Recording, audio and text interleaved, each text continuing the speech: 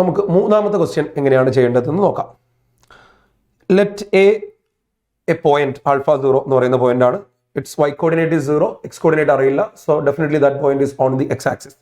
B is another point, its coordinates are 0 and beta. X coordinate ആണ് 0, അപ്പോൾ point y ആക്സിസിലുള്ള point ആണ്, y coordinate അറിയില്ല. B the points on the line 5x plus 7y is equal to 50. അപ്പോൾ വളരെ clear ആയി ഈ A എന്ന് പറയുന്ന പോയിന്റ് ഈ ലൈനിന്റെ x ഇന്റർസെപ്റ്റും B എന്ന് പറയുന്ന പോയിന്റ് y ഇന്റർസെപ്റ്റും ആണ്. അതുകൊണ്ട് നമുക്ക് ഈ ലൈനിനെ ഡബിൾ ഇന്റർസെപ്റ്റ് ഫോമിലേക്ക് മാറ്റാം. x by a plus y by b equal to 1 എന്ന് പറയുന്ന double intercept form. So 5x plus 7y is equal to 50. 50 നമ്മൾ ഇങ്ങോട്ടേക്ക് ഡിവൈഡ് ചെയ്താൽ we will get x by 10 plus y by 50 by 7 is equal to 1. വളരെ clear ആയി. This is the value of alpha and this is the value of beta. So A be the point 10 0 and B be the point 0, 50 by 7. അപ്പോൾ ക്വസ്റ്റ്യനിൽ alpha beta എന്ന് പറയുന്ന രണ്ട് unknown ഉണ്ടായിരുന്നെങ്കിലും ആദ്യത്തെ സെന്റൻസിൽ തന്നെ ആ പോയിന്റ് എയും ബിയും എന്താണെന്ന് നമുക്ക് ഇവിടെ ക്ലിയർ ആയി കഴിഞ്ഞു. ക്വസ്റ്റ്യൻ നമുക്ക് തുടർന്ന് വായിക്കാം. Let A point P divides a line segment AB internally in the ratio 7:3. ഒരു ലൈൻ സെഗ്മെന്റിനെ ഒരു പോയിന്റ് ഒരു പർട്ടിക്കുലർ റേഷ്യോയിൽ ഡിവൈഡ് ചെയ്യുമ്പോൾ നമുക്ക് അവിടെ സെക്ഷൻ ഫോർമുലയാണ് ഉപയോഗിക്കാൻ പറ്റുക. അപ്പോൾ ഇവിടെ മുതൽ ഇവിടം വരെയാണ് എ ബി എന്ന് പറയുന്ന ലൈൻ ഉള്ളത്. This is the point A. ഇവിടെ നിന്ന് ഇങ്ങനെ വന്ന് ബി വരെയാണ്. ഇതിന്റെ ഇടയിൽ എവിടെയാണ് പി എന്ന് പറയുന്ന പോയിന്റ് ഉള്ളത്. That divides this line segment in the ratio 7:3. അപ്പോൾ പി കിട്ടാൻ നമുക്ക് ഡയറക്റ്റ് സെക്ഷൻ ഫോർമുല കൊടുത്താൽ മതി. So what is P? P is equal to mx2 plus nx1 divided by m plus n. Formula കൊടുക്കുമ്പോൾ 7 അങ്ങോട്ടേക്ക് പോകുമ്പോൾ 0, 3 ഇങ്ങോട്ടേക്ക് വരുമ്പോൾ 30 divided by m plus n is 10. ഇവിടെ y കോർഡിനേറ്റിലേക്ക് 7 അങ്ങോട്ട് മൾട്ടിപ്ലൈ ചെയ്യുമ്പോൾ 50, x coordinate 0 divided by m plus n is again 10. 30 by 10 is 3, 50 by 10 is 5. അപ്പോൾ പി എന്ന് പറയുന്ന പോയിന്റ് നമുക്ക് കിട്ടി. ക്വസ്റ്റ്യനിൽ പുതിയ പുതിയ ആളുകൾ വരികയാണ്. അൺനോൺ ആയിട്ടുള്ള ഒരുപാട് വേരിയബിൾസ്, ഒരുപാട് പോയിന്റുകളൊക്കെ ക്വസ്റ്റ്യൻ ഇൻട്രൊഡ്യൂസ് ചെയ്യാണ്. നമ്മളത് അപ്പോൾ കണ്ടുപിടിച്ച് മുമ്പോട്ട് പോകുന്നു. കഴിഞ്ഞില്ല. Let 3x minus 25 is equal to 0 be the directrix of the ellipse. അപ്പോൾ ഇത് സ്ട്രെയിറ്റ് ലൈൻസും കോണിക് സെക്ഷനും രണ്ട് ചാപ്റ്റേഴ്സും കൂടി മിക്സ് ചെയ്തിട്ടുള്ള ക്വസ്റ്റ്യൻ ആണ്.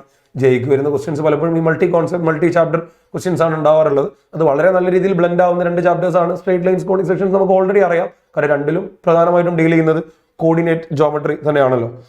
യെസ്. അപ്പോൾ ഇവിടെ 3x minus 25 equal to 0 എന്ന് വെച്ചാൽ x is equal to 25 by 3 ആണ്. നമുക്കറിയാം ഒരു ഡയറക്ട്രിക്സിലേക്കുള്ള ഡിസ്റ്റൻസ്, സെൻട്രലിൽ നിന്ന് ഡയറക്ട്രിക്സിലേക്കുള്ള ഡിസ്റ്റൻസ് a by e ആണ്. അപ്പോൾ നമുക്ക് ഇതിനെ a by b is equal to 25 by 3 എന്ന് വിളിക്കാം. where a is the length of semi major axis and e is the eccentricity. അപ്പോൾ നമുക്ക് a by e എത്രയാണെന്ന് കിട്ടി. അടുത്തത് ഇതാണ് ellipse. x square by a square plus y square by b square equal to standard ellipse ആണ്. Central to origin. ഏത് type ആണെന്ന്, first type ആണോ സെക്കൻഡ് ടൈപ്പ് ആണോ എന്ന് അറിയണമെങ്കിൽ എ ആണോ ബി ആണോ വലുതെന്ന് അറിയണം. പക്ഷേ ഇവിടെ ഡയറക്ട്രിക്സ് തന്നെ 3x minus 25 equal to 0 ഒരു വെർട്ടിക്കൽ ലൈൻ ആണ്. ഡയറക്ട്രിക്സ് ഒരു വെർട്ടിക്കൽ ലൈൻ ആകുമ്പോൾ അത് ഉറപ്പായിട്ടും ഫസ്റ്റ് ടൈപ്പ് എലിപ്സ് ആണ് എന്ന് മനസ്സിലാവും. And the corresponding focus is S. അതിന്റെ കറസ്പോണ്ടിങ് ഗിവൺ ഡയറക്ട്രിക്സിന്റെ കറസ്പോണ്ടിങ് ഫോക്കസ് എസ് ആണ്. The line perpendicular to the X axis passes through P. അതായത് അതിന്റെ ലേറ്റസ്റ്റ് റെക്ടമാണ് ഉദ്ദേശിക്കുന്നത്. ഫോക്കസിലൂടെ വരയ്ക്കുന്ന വെർട്ടിക്കൽ ലൈന് നേരത്തെ നമ്മൾ കണ്ടുപിടിച്ച പിയിലൂടെ പാസ് ചെയ്യും. അപ്പോൾ ഈ പിന്റെ എക്സ് കോർഡിനേറ്റ് 3 ആണ്. ഒരു വെർട്ടിക്കൽ ലൈനിന്റെ മുകളിൽ എക്സ് കോർഡിനേറ്റ് എല്ലാ പോയിന്റുകൾക്കും സെയിം ആണ്. അതുകൊണ്ട് ഈ പി എന്ന് പറയുന്ന പോയിന്റിന്റെ എക്സ് കോർഡിനേറ്റ് 3 ആയതുകൊണ്ട് തന്നെ ആ എസ് എന്ന് പറയുന്ന ഫോക്കസിന്റെ എക്സ് കോർഡിനേറ്റും 3 തന്നെയാണ്. അഥവാ എസ് ഈസ് ഈക്വൽ ടു 3,0 എന്ന് നമുക്ക് മനസ്സിലാവും. ഫോക്കസിലേക്കുള്ള ഡിസ്റ്റൻസ് എ ഇ ആണ്. So a e is equal to 3 എന്ന് എടുക്കാം. അപ്പോൾ നമുക്ക് രണ്ട് വാല്യൂസ് കിട്ടി, a by e and a e. ഇത് രണ്ടും കൂടി മൾട്ടിപ്ലൈ ചെയ്താൽ നമുക്ക് എ സ്ക്വയർ കിട്ടും, അതിൽ നിന്ന് എ കിട്ടും. ഇത് രണ്ടും കൂടി ഡിവൈഡ് ചെയ്താൽ നമുക്ക് ഇ സ്ക്വയർ കിട്ടും. ഇ സ്ക്വയർ കിട്ടിയാൽ e square is equal to 1 minus b square by e square ആണ് എലിപ്സിന്റെ ഇക്വേഷൻ. ഹൈപ്പർബോള ആകുമ്പോൾ a square is equal to 1 plus b square by e square. അങ്ങനെയുള്ള വ്യത്യാസങ്ങൾ ഉണ്ടാവും. അപ്പോൾ നമുക്ക് രണ്ടും കൂടി മൾട്ടിപ്ലൈ ചെയ്താൽ a square is equal to 25 അഥവാ എ ഈക്വൽ ടു 5. ഇനി ഇത് രണ്ടും കൂടി ഈ എ ബൈ ഇയും എയും കൂടി നമ്മൾ ഡിവൈഡ് ചെയ്യാണ്. A e divide by a by e. So e square is equal to 9 by 25. E square is 1 minus b square by a square equal to 9 by 25. അവിടെ നിന്ന് നമുക്ക് b square by a square കിട്ടും. B square by a square is equal to 1 minus 9 by 25 equal to 16 by 25.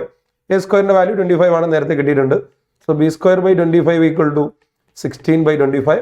25 cancel ചെയ്താൽ we get b square equal to 16 അഥവാ B is equal to 4. ഇങ്ങനെ question നമ്മളിങ്ങനെ വായിച്ച് മുമ്പോട്ട് പോകുന്നതിനനുസരിച്ച് കാണുന്ന കാര്യങ്ങൾ നമ്മളിങ്ങനെ കണ്ടുപിടിച്ച് പോവുകയാണ്. ഷോർട്ട് ടേം പ്ലാൻസ് ചെറിയ സ്റ്റെപ്പുകളായിട്ട് ഓരോന്ന് ഫൈൻഡ് ഔട്ട് ചെയ്യാം. അവസാനം എന്താ നമ്മളോട് കണ്ടുപിടിക്കാൻ പറയുന്നത്? Then find the length of latus rectum of e is. എലിപ്സിന്റെ ലേറ്റസ്റ്റ് റെക്ടത്തിന്റെ നീളം. വളരെ സിമ്പിൾ ആണല്ലോ. What is the length of latus rectum of an ellipse?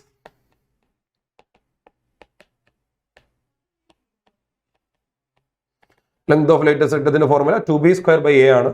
So 2 into b square നമുക്ക് കിട്ടിയത് 16 ആണ്. എ കിട്ടിയത് 5 ആണ്. 2 into 16 is 32 divided by 5. This could be the answer. 32 by 5 is the final answer.